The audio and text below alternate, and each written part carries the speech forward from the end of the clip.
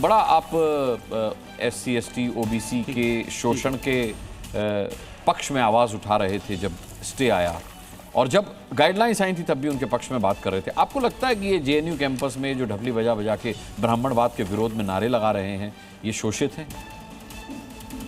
मुस्कान जी, मेरा मानना ये कि शोषण कहीं भी है, किसी भी इंस्टीट्यूशन में है या किसी भी संस्था के अंदर, शोषण का विरोध होना चाहिए।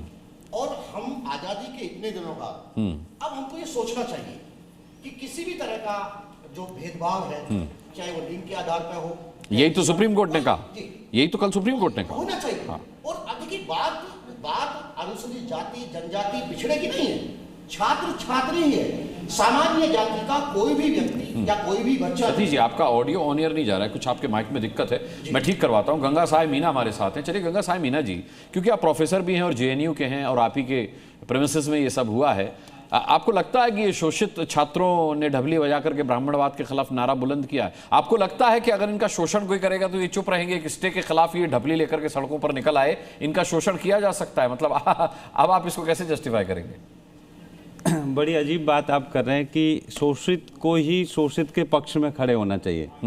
अगर सभी लोग इस बात पर सहमति बनाने की तरफ बढ़ रहे हैं कि एक भेदभाव दूर करने के लिए कानून आया और उसको रोका गया है, तो हम उसके खिलाफ हैं। कानून तो आया नहीं था, अभी तो केवल गाइडलाइन आई थी, उसी पर बवेला कट गया। कानून आता तो पता नहीं क्या हो जाता, मंडल कमीशन तक की रिपीटेशन की धमकी दी जा रही थी पैनलों से। आप मेरी इस बात से शायद सहमत होंगे कि अगर कोई शोषित उत्पीड़ित है तो जरूरी नहीं कि उसके साथ शोषित उत्पीड़ित ही खड़े होंगे, आप भी उसके साथ खड़े हुए, सभी लोग उसके साथ खड़े हुए, उनका स्वागत होना चाहिए जो साथ में खड़े हुए हैं। क्या आप इस बात से सहमत हैं कि नहीं? बिल्कुल सहमत हूं, शोषितों के साथ तो उसको उसी नजरिए से देखिए। संविधान में प्रावधान है, इसीलिए कड़े कानून है शोषितों के पक्ष में। इसके लिए कोई अलग से कानून की जरूरत, सुप्रीम कोर्ट ने भी आश्चर्य जताया है कि इसके लिए अलग से क्यों परिभाषा गढ़ने की जरूरत है।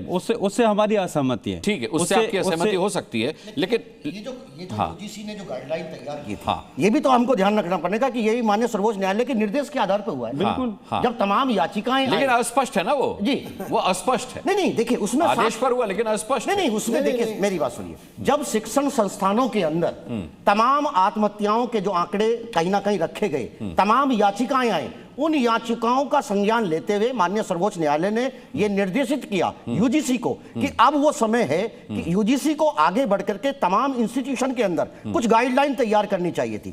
अब इसमें हमसे यह सवाल नहीं है सरकार ने उसमें गाइडलाइन के साथ थी या नहीं थी, ये एक प्रश्न चिन्ह है, क्योंकि जब किसी गाइडलाइन को किसी संस्था के द्वारा सुप्रीम कोर्ट में चैलेंज किया जा रहा था, तो मेरे लिए बड़ी आश्चर्य की बात है कि UGC वहां सुप्रीम कोर्ट में अपना पक्ष नहीं रखा उन्होंने।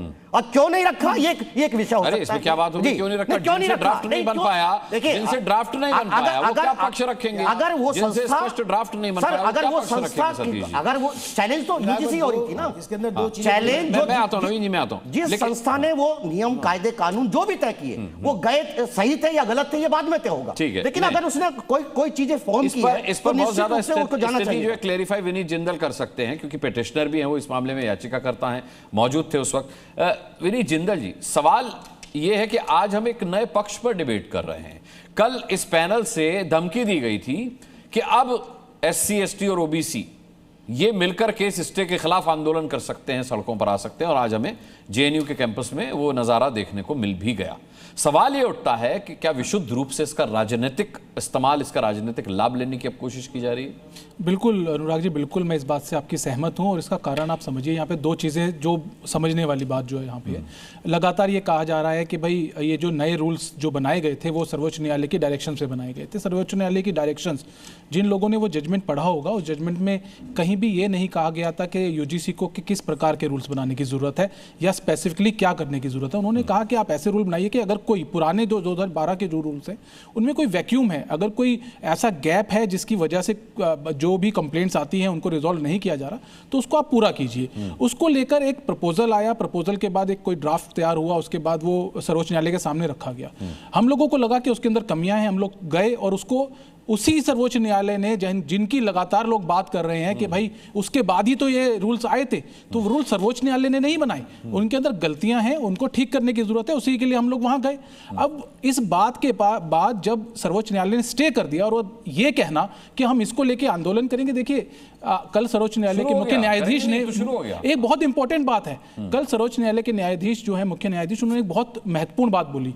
उन्होंने ये बोला कि आज 77 साल के बाद अगर हम लोग जातिवाद की बात यहाँ अलग से कर रहे हैं, एक स्पेसिफिक पैरा डाल के, जिसको हम 3C की बात जिसको हम लेके गए थे, अगर हम उसकी बात कर रहे हैं तो कहीं ना कहीं हम पिछड़े समय में, जो पिछला समय था हमारा, हम वहां जा रहे हैं। कितना पीछे जाना? बिल्कुल। तो क्या ये बात सही नहीं है कि यहाँ पे एक चीज और रखना चाहूंगा कि जो भेदभाव, जातिगत भेदभाव की बात यहां सभी लोग करते हैं, क्या वो जातिगत भेदभाव सिर्फ SC ST या OBC के साथ ही होता है? वो सबके साथ होता है। और आज जो JNU में कल रात के आप जो वीडियो दिखा रहे हैं, ये भी उसी का एक कारण है और ये भी वही है। और ये बताता है कि जो भेदभाव जातिगत होता है वो सबके साथ होता है। वो जो जिनको आप अपर कास्ट कहते हैं, सो कॉल्ड अपर कास्ट, मैं उनको कहने लगा हूं, सुनिए सुनिए सुनिए, बिल्कुल हो रहा है ना ब्राह्मणवाद से आजादी, क्या है ये सब? डिबेट थोड़ी डिरेल हो जाएगी। सतीश जी, मैं आप ही को लाता हूं।